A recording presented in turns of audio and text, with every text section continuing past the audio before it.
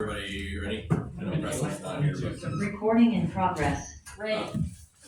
All right. We're re-adjourned. It's 7:16. We're in the City Council chambers. Yvonne, can you call roll? Yes. George. Here. Buckles. Present.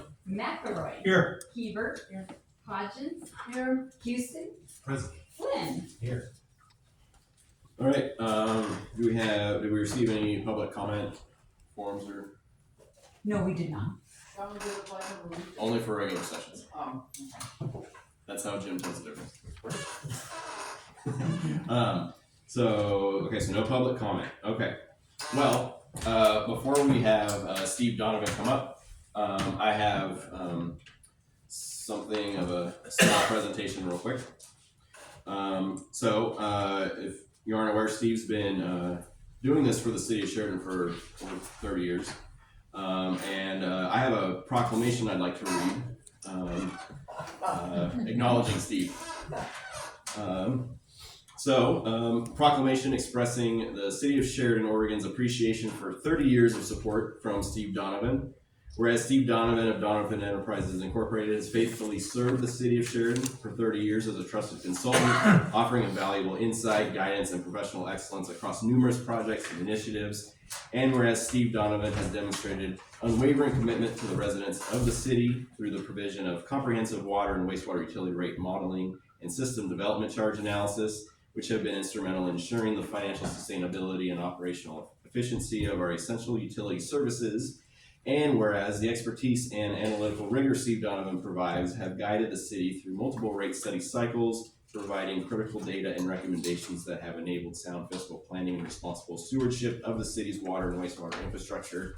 And whereas his professional dedication has contributed to maintaining affordable and equitable utility rates while ensuring adequate revenue for system maintenance, improvements, and regulatory compliance. And whereas Steve Donovan has played a critical role in the planning, ongoing development, and successful execution of water and wastewater rate modeling and SDC analysis to support the ongoing provision of utility services that have improved the quality of life for Sheridan's residents and ensured their responsible stewardship of city resources. And whereas over nearly 3 decades of service, Steve Donovan has built lasting relationships with city staff and officials, sharing knowledge and expertise that have strengthened our municipal operations and enhanced our ability to serve our community for generations to come. Now therefore be it proclaimed by the City of Sheridan that we extend our deepest appreciation and heartfelt thanks to Steve Donovan of Donovan Enterprises Incorporated for 30 remarkable years of service. We honor Steve Donovan's commitment to our city, commend his outstanding contributions, and wish him continued success in all future endeavors. So, Steve. That never happened. And you got a piece You never of pizza. retired? Yeah. Well, so Look at that. this is if you want it, and then this is from us. Well, thank you so much. Yeah. Everybody. Thank you. Thank you so much. Thank you. And now Can we, Steve, can we make sure people see this wonderful plaque in the camera here? Here we go. Is that awesome? Is that awesome? I should take a Yeah. photo. Do you mind if I take a photo? It's well deserved with too, the Steve, it really is. Well, and now for the bad news. You're retiring. This is going to be casual, so if I can start, I'll move on here with your presentation. I know that you're kind of in a whirlwind. We are kind of behind the 8 ball on numbers. We need to get audits up to speed. You are working hard on that. So what we did this summer is, since we've got 20 years of hard financial data and good projections going forward, I was pretty comfortable in putting together what normally we do is this time of year, August, we get in front of you for this type of a work session and we talk about how you finished the last fiscal year, what we see going forward, and then we finish out with the 5-year forecast. And this has worked really well for you folks. And your strategy for years and years has been slow and steady wins the race. You don't want to see big rate increases or surprises coming down the road. And I think now that we've brought you back into this cycle, We don't have audited numbers to work with, but what I'd like to do, Yvonne, if we can run the PowerPoint here. We're not asking for any legislative action tonight. We just want to take your blood pressure, and we want to tell you what we think we see coming. And first and foremost, I did not see any surprises. Your budget, you did a good job on your budget, given the fact that you were kind of working without a net in terms of having good financial data. I'm very proud of you folks for pulling that budget together with, trying to figure out what you got here. I don't see any surprises in terms of the data that we put together, but what I want to show you here in this first slide, you're going to notice that some of the cost figures that we're looking at, cost of operations, are all rounded to nice round figures. The answer to that is we don't know what the actuals are. Preston is working very hard, and the rest of the staff here. I know Yvonne's been lifting heavy on this, and I think you're in a status where your audits will be done within a year. Is that a fair statement? I actually think I think Preston's hoping within the next 4 months. I think that. I know that sounds kind of goofy. Who cares about audits, right? Well, the state law cares about audits. If we're going to borrow money for some of these projects, for instance, your recently completed water master plan is $72 million worth of projects, 20 million of which are high priority. We're not going to be able to do that with rate revenues. We're going to have to borrow, and borrowing is okay for government, and particularly for infrastructure. You think of utilities, that's what they do. They have a large portion of their capital structure is debt because they're so capital intensive. So what we're seeing here, at least for fiscal 24-25, the year we just ended, water, I think, ended the year with about $5 million in the fund balance. That would have been starting July 1 of this year, just this last month. And I think sewer started the year with about 1.9 million. Now, in water's case, I believe we spent more than we took in, but you spent money on the system, and that's what you should be doing. There's not a darn thing wrong with that. And I think that your net income was about a negative $240,000. But you'll also notice that you spent $525,000 in my estimate on capital projects. That's what we need to do. You've got pipes that have to be replaced. You have a system that needs to be repaired, constant. Liz, question? No, it's fine, you just answered it, thank you. On the sewer side, we've got some things hanging in the air, and Preston, and it's probably kept you awake on that in terms of the project that I was particularly concerned about is the Yamhill and East Main project. Because I've been doing this so long, when Keller proposed that project in 2021, the original project budget was $3.9 million, and it was going to be completed in 24 months. As of this summer, that project under its current scope is about $13 million. Wow. And it's probably going to be 3 years if they go forward with it. I think it's fair to say that that project is being reevaluated. And so we're not funding it explicitly. We know that you have funding available to you from the DEQ's Clean Water State Revolving Loan Program if that project goes forward. So you're a fundable project, but we need to keep our eyes on the ball there. Good, next slide. Preston, you're talking about the really the year 5 to 10 rate model for sewer. Right. We're talking about a redefinition of what those monies go toward.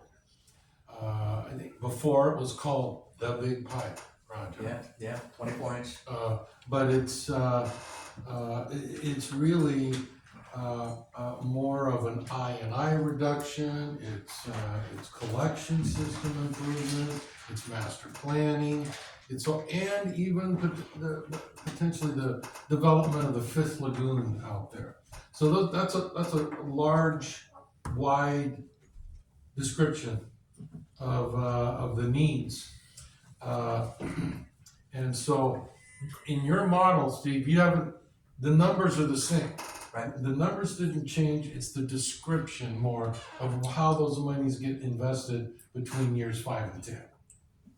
And I think with your new engineers, you've got Civil West now Yes. engaged. I think you're going to see that there could be different priorities. This happens all the time.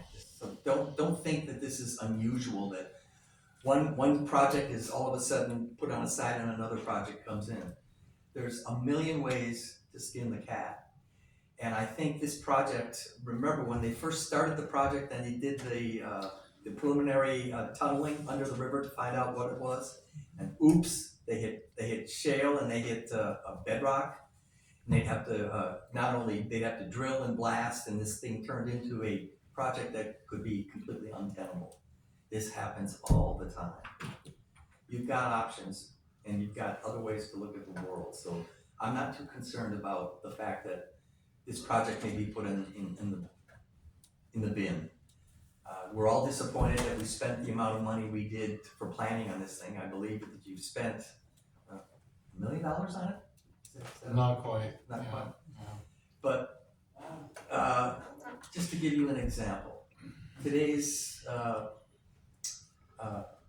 Gresham Outlook had an article. The city of Sandy, between 21 and 25, spent almost $50 million on their wastewater treatment plant to get it into compliance with the water quality requirements of the Clackamas River. They've decided now that they're gonna get out of the wastewater treatment business and they're gonna build a pipeline from Sandy to Gresham and have Gresham treat their wastewater. It's a cheaper alternative. You go, how can you spend $200 million on a new pipeline and $50 million now in stranded investment and call that a good idea?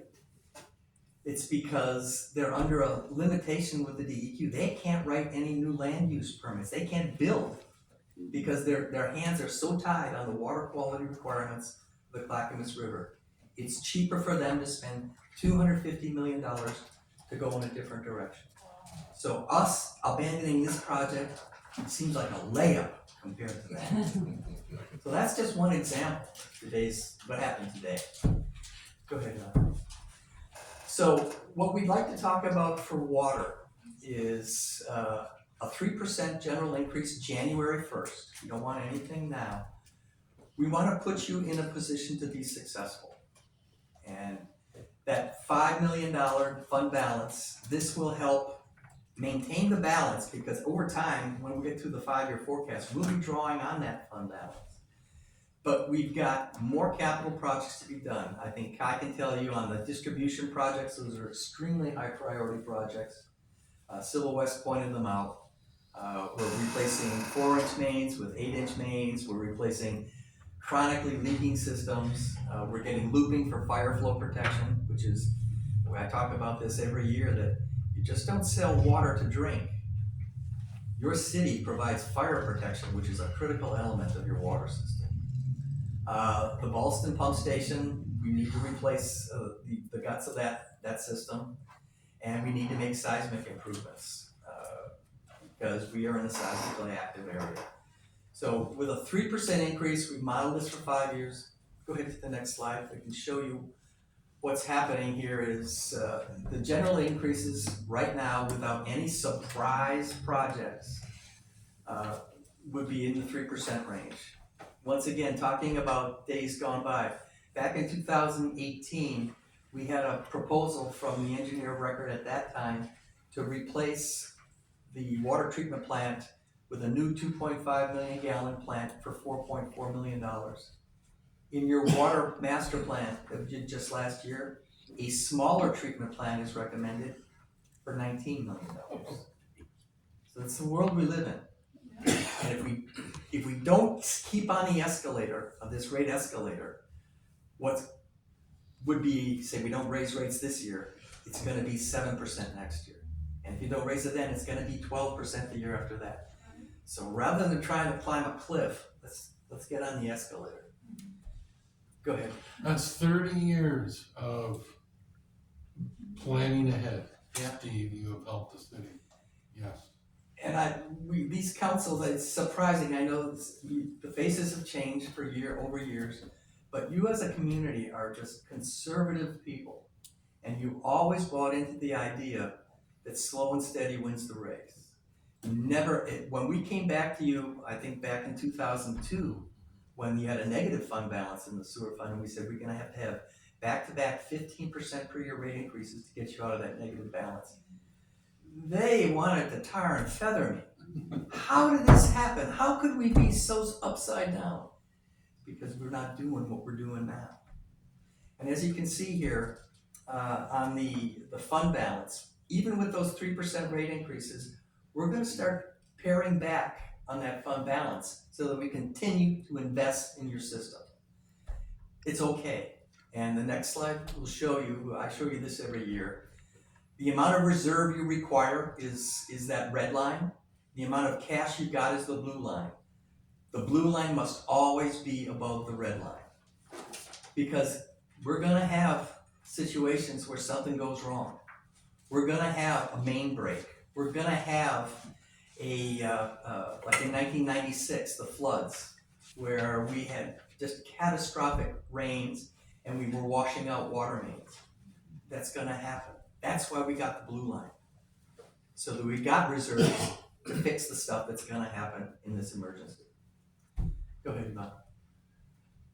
So what does that mean if we do about a 3% per year rate increase for a customer in town that consumes about 9 on average per month, 9 units a month on average throughout the year? Currently that number is $74.52. At the end of the forecast, that would be up to $88. Oh my gosh, right? That is just that's inflation effectively. So you've got to take that into account. And if it's cold comfort to you, everybody else is facing the same problem. Go ahead, Yvonne. Our rates are still lower than. There you go. Yeah. Liz, you're my straight person. Even, I mean, look at Carlton. Yeah, I mean, I know. just water. And I know a lot of folks that are out in Carlton, and their utility bills for the average customer out there is over $250 a month between water and sewer. Jeez. So as you can see, you're in the lower end of the range. You'll never be a McMinnville, you'll never be a Dundee. Although Dundee is facing water problems right now too.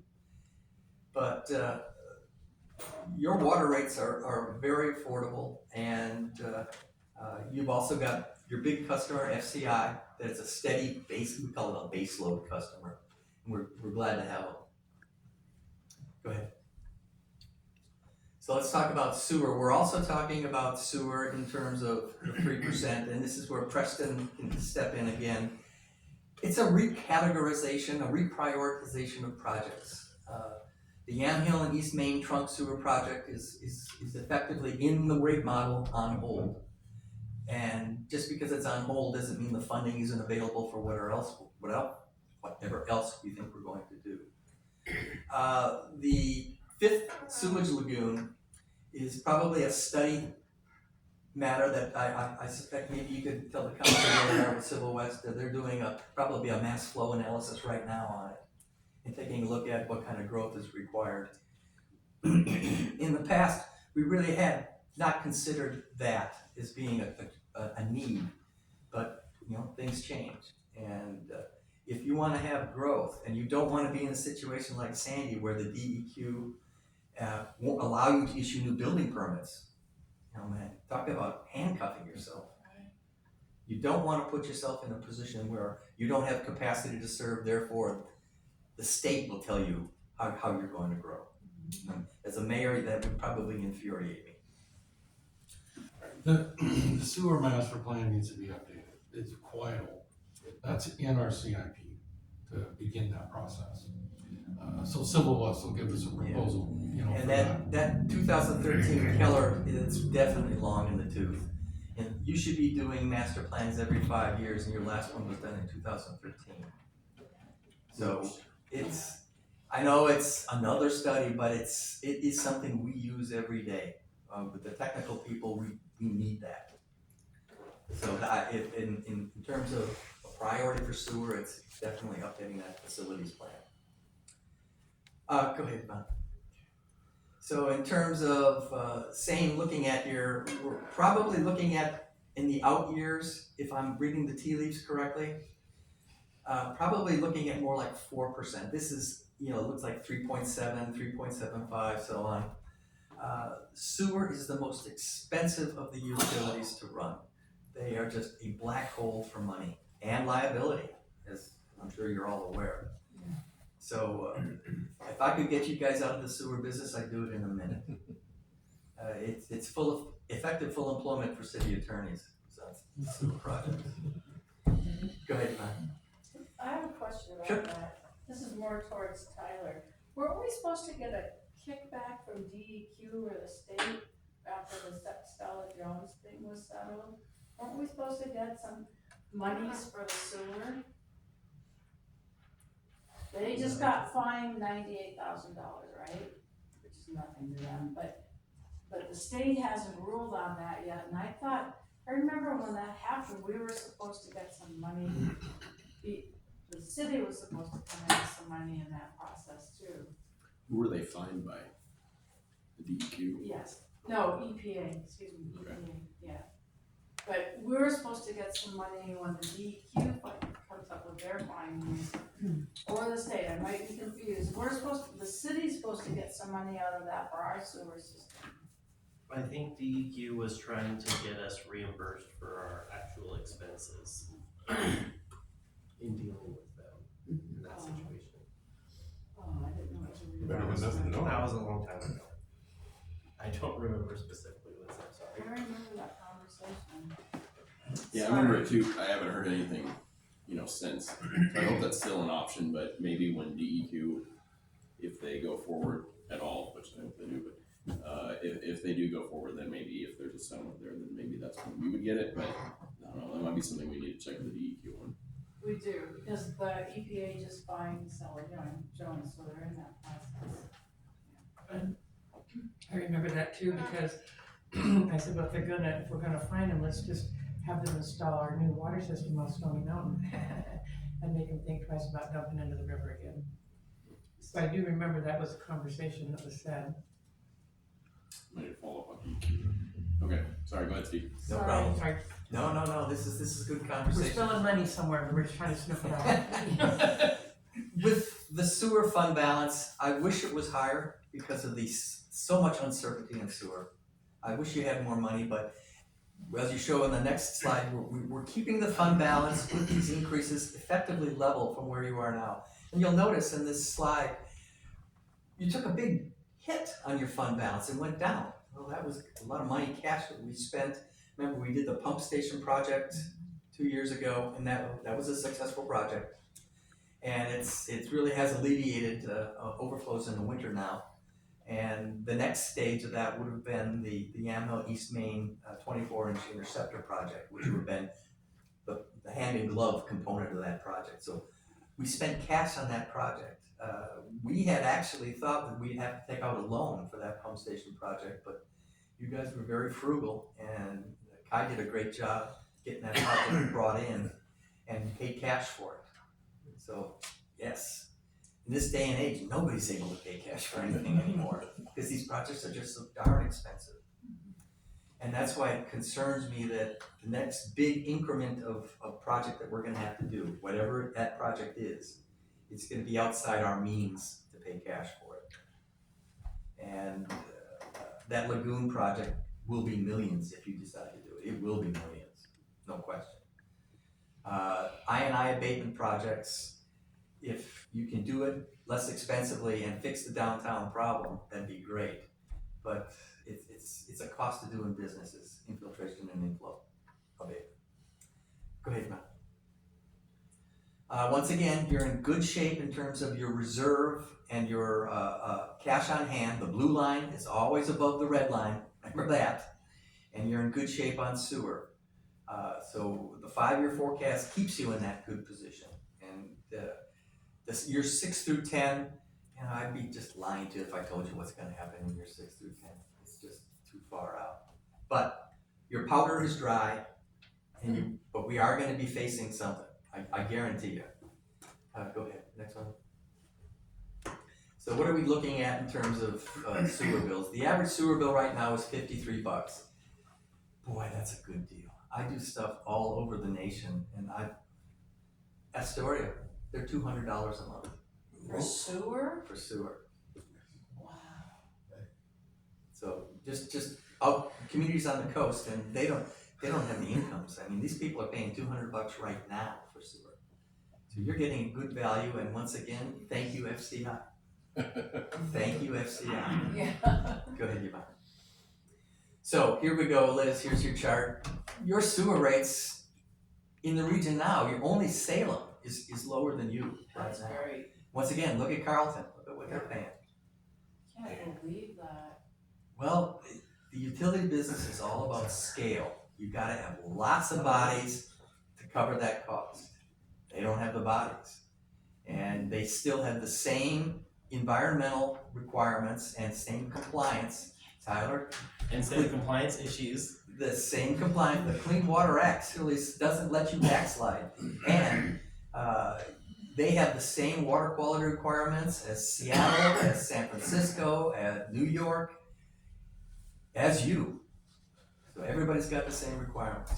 Go ahead. These are just the, go ahead, you can go to the last one. There you go, right there. So in the middle, this is all of the fees put together. This is water, sewer, stormwater, public safety, you haven't got that yet. And that's getting to be more and more of a prevalent charge on the utility bill is paying for cops through your utility bills and paying for street lighting. And in many cases, just a general government charge. It's the wave of the future. I've been telling you this is coming your way. Something that you're gonna have to struggle with because your general fund simply cannot exist on its own. You know that.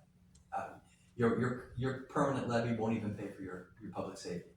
You know, it's you folks are amazing how you work with so little and still make the system work. It is amazing to me. But in terms of the utility bills here, even with the proposed 3% increase that we're talking about January 1st, you will be in the lower third of your peer communities in Yamhill County, and all of these other guys are going up. So that's it. Chew on it, think on it. We're back in cycle now. Thank you, Preston, for being here and bringing everything back together. Thank you for doing the budget and getting that budget done. I was concerned that you weren't even able to get a budget out earlier this summer when I saw what they were working with here, how they were able to pull rabbits out of hats and pull together something that was coherent for me. That's thanks to Preston. Yeah, I give it up for Preston because now you're on a path to get this done. Get your audits done. We'll come back and we'll correct if I'm off on my stuff here. And then you'll be back in cycle. Get into your urban planning as you should be, and just get back to doing the knitting. Stick to the knitting. And I think you folks are on a good path to do that. And you're on with this strategy, I think you're in a position for success. I really do. Ian? I'm curious, I'm hoping you can explain it to me. The rate increases are going up, but our Indian fund balance is going down over that projected time. Good point. Is that a concern, first of all? Should we consider maybe slightly higher rate increases considering where we stand and where we're projected to stand? Hey, I'm always a fan of higher rate increases. But the answer is, I'm assuming that you're spending that money on capital projects. You're putting the money back in the ground. And remember how tall that blue line was and the red line was way down here? Yeah. We can let that blue line come down a little, still have a safety factor. I want you guys to replace pipes. I want you guys to replace valves. I want to see the money being put aside for the water treatment plant replacement. I want to see you studying carefully on sewer, how we can do a better job for less cost to abate the I&I. That's what we're doing. We're actually spending the money. Because the worst thing we can do in a utility is just not do anything. Because these machines are extremely, think about a sewer system. It's an acidic system. in metal pipes, underground. What could go wrong, right? It's constant maintenance, constant care and feeding. Our assumptions are we are spending the money. And yes, our fund balances are coming out a little bit, but within reason to keep that 3%-ish rate increase that we'd like to live with. And inflation's eating our lunch too. I mean, we're all facing that trouble. Thankfully, it wasn't like it was 3 years ago when we were having 10% per year inflation. And you guys are so frugal. And it's just what you do. So let me, I'm sorry. Yeah, So you're good. more things, so these rates increase over the 10 years, just cause I'm curious. When were you factoring in like you're saying, if we were to add a lagoon after 3 years, this rate increase is gonna put us here, but I guess I'm not sure, is like, does that take into account the improvements that are being made over that time? No, it doesn't. What it does take into Okay. account is regular, like that, a couple of $100,000 a year that you're spending every year. This assumes that you're spending that 300, 400,000 in water, 300 or 400,000 in sewer. If we have a $20 million project that's coming, I gotta get back in front of you and tell you some bad news. Because that's what's gonna happen. Right now, in our crystal ball, we're not seeing anything specific right now, other than the high priority projects that we're working on in water, the distribution system projects that we're funding with cash, and we're spending it. That's in the rate to pay for it. If we come back and we find out that Stony Mountain has to have a complete remanufacture, as it were, regrade and complete new piping, something that came out of nowhere, then I'm gonna have to get back to you and tell you, here first is how we can fund it, and second, what does that mean to the rates? But right now, we're on a kind of steady keel, and there's no big oops that we see. He's been engaged with the engineering folks to look at that. You've got a new water master plan, and I read it. It's a pretty good product. But once again, I was reading it. It's $72.7 million, 20.3 of which is high priority projects. We need to do this work, and that's why we need to stay on the rate escalator. And Ian, yep, the fund balance is gonna go down, but we're funding inflation in our operating costs, and we're funding capital costs that you can spend. And you know, I could also tell you, you guys should be spending $3 million a year on your distribution system. I don't think he could manage $3 million worth of projects. There's only so much you can do in a day, too. So I think, once again, keep your shoulder to it. Jim? Wasn't it just 3 years ago, we did not raise the water rate? Right. So we've done our best to keep things the way you've done your best to help us keep things. And steady. you've done a good job on the water meters. That's a good step toward understanding what you're really selling. And those meters are gonna pay dividends for you in terms of your investment in them. And once again, you paid cash for those too. And I think it was a little grant money for it. Do you remember, Preston? So that is my spiel, that is my pitch. We will ask you to consider this. I think a ordinance will come for you in November, is that when you do it? Usually October. and November. So that's the next policy call that you'll have, is you'll have a legislative act to adjust those rates, and they would be effective January 1st. That's it, thanks everybody, and thank you so much for thinking of me. I was thinking about this when in 1995, we were doing a bond sale here for a sewer project out there on, I think it was on Main Street. And I remember the council, they wanted to know what's gonna be the impact on the rate. And the city manager at that time said, I don't know. So we, as part of the bond sale, we had to put together a rate forecast, and that's what started this 30 years later.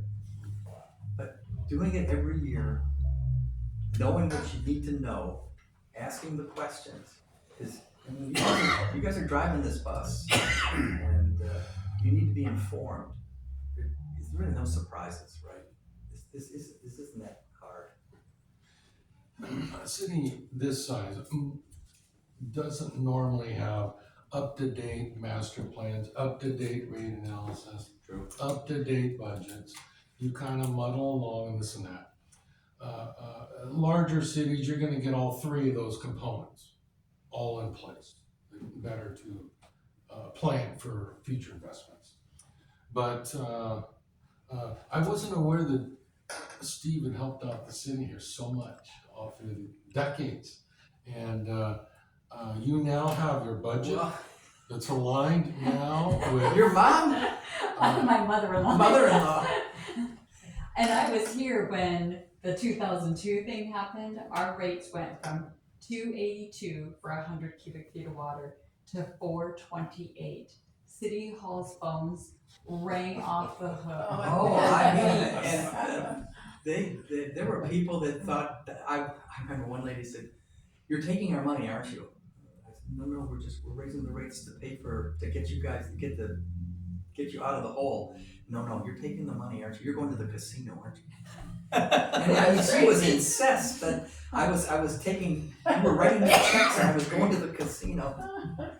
How'd you do? I didn't do good. I didn't do good. All right, thank you very much. What I would like to do, when the audits get done, we want to plug the actuals back into the rate model. And then we'll be able to, I'll probably send you an update to let you know what we thought and what happened here. And I don't think there's gonna be any big surprises. I mean, your cash position is as good as it's been in a long time. And for, like Preston had said, for a city of your size, to be in this fiscal strong position is really a testament to you guys keeping your shoulders to it. Because I've got some cities that they came out of COVID and they were used to getting grants for everything, and they spent everything that they came in the door, and now all of a sudden they haven't got money to maintain what they put their money into. Or look at Portland or Salem. You know, they're going to be, and the first thing they're going to do is they're going to shut down the libraries and cut back the police. Yeah, I saw that. They're having a water issue. Yeah. Huge water issue. Thank you, everybody. I very much appreciate you. No, thank you. Thank you, Steve, thank you. Thank you We do very have much. one other policy consideration that's listed here. And it didn't really come up in the conversation, but it was something that we'd like to move ahead with for the utility billing. So we mentioned in there tonight, the second policy consideration being phasing out any deposit requirement for water service. And so in trying to bring all of our information from our own system into Tyler, try to implement best practices, utility billing being one that affects a lot of city staff work, a lot of what we do. And so your ordinances are already set up to make owners responsible. It hasn't been implemented that way. But if this is the one policy that's holding us back from really implementing a modern utility billing system. And we can talk about it here for the next 5 minutes. But we would bring back at a future date for you to vote on the actual changes in the ordinance that change the policy so that we no longer have to deal with deposits. Council's kind of effectively done that already with deposits on the books to phase those out. But now this will change it as we go forward. It really is not a real big change, but it's something you have to do. And did you want to discuss it all any further at this point? It would certainly make the bookkeeping a lot easier, because you see on the monthly sheets, a sheet and a half of somebody got paid $120 refund, $110 refund. It's like, first time I saw that, I'm like, what are they getting refunded for? Oh, that was their deposit. Oh. And you're not seeing all the staff work about tracking these people down. And when we can't find them, send them reports to the state, unclaimed property. It just goes on and on and on. That needs to stop. And this policy change would do that. Alright, Ian. Point of information, are we on section C 1 and 2? Is that where we're at now? Correct. Okay, yes, okay. Then I would just like to say, I have no reason, people of Sheridan haven't asked me to represent their interests. From the people that I've talked to, they've asked me to be fiscally conservative, so I think what we have here is great, and I would lean to approve. I don't know if we're doing consensus, whatever on this, but this seems great to me. Seems like in line with other people sharing. Preston, will you reiterate, what is so if we phase out the deposit, that eliminates a lot of staff work, right? Is what you're saying, but financially, what does it do? Well, we're already phasing out the stuff that's already on the books. Council's already done that. And we still have about 80,000 in deposits. At $150 a crack, that's a lot to make. So, we really shouldn't be wasting any time tracking down tenants. We you know, under the correct system, the owner is responsible for the bill. We start copying the owner when your tenants don't pay, but when they skip out, that's on the owner. We never have to deal with collections. We don't have to track down tenants. We don't have bad debt. That owner wants to clean up the bill, they're gonna have to before they get the next tenant in there. They don't have water. We have all the leverage we need to ensure compliance. But not going after tenants. All right, I understand that. That doesn't change all the things that are on the books that are still working fine. We just work through all that. And we don't change nothing, but as we go forward, we will when we sign people up. So do people get the deposit back when they leave? Is that part of the problem? So A it's like- renter gets it back when they're no longer a renter in Sheridan. And if you're the property owner, you get it back after 2 years of timely payments and once you're established. So, but if you're already an established owner, then, and you just purchase another property, you wouldn't pay a new deposit. Okay, so it would eliminate all that bookwork. A lot of bookwork, Okay, that's, yes. okay. Ian, do you have something? I would just also say that on that part, the deposits, what I've heard from people is a variety of things, and they're all, they're saying whether or not they were actually able to get their returns or not. Some were saying they weren't, some were saying it was missing, and it seems like such a headache. Like this is a no-brainer for us. Like, Yeah. let's pass the buck to the people who are actually going to deal with it anyway. Right, Right? yeah, that makes sense. Property owner. And the property owners, they're the ones who are renting to the folks, and they have the option to collect more money to protect themselves. We don't have the option to collect more money to protect the city. So I do agree that it is the owner's responsibility, and it is the state so in our code. Okay. Good night. We need a consensus just to move forward with that policy. Right, we'll bring that back to council. Okay. You bet. Okay. Well, it's 8 o'clock. We can have a motion to adjourn this meeting, and then we'll go into exec session. Do we need a motion to do that? I'm guessing. Okay. Well, one says no, one says yes. I don't know. Ian, go ahead. I motion to adjourn. Okay. Second. All right. First and a second, all in favor. Okay, we're adjourned from regular session. Could we have a 5-minute break? Sure. Thank you.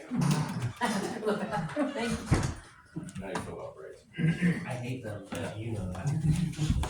Yeah, but nature calls. Recording stopped.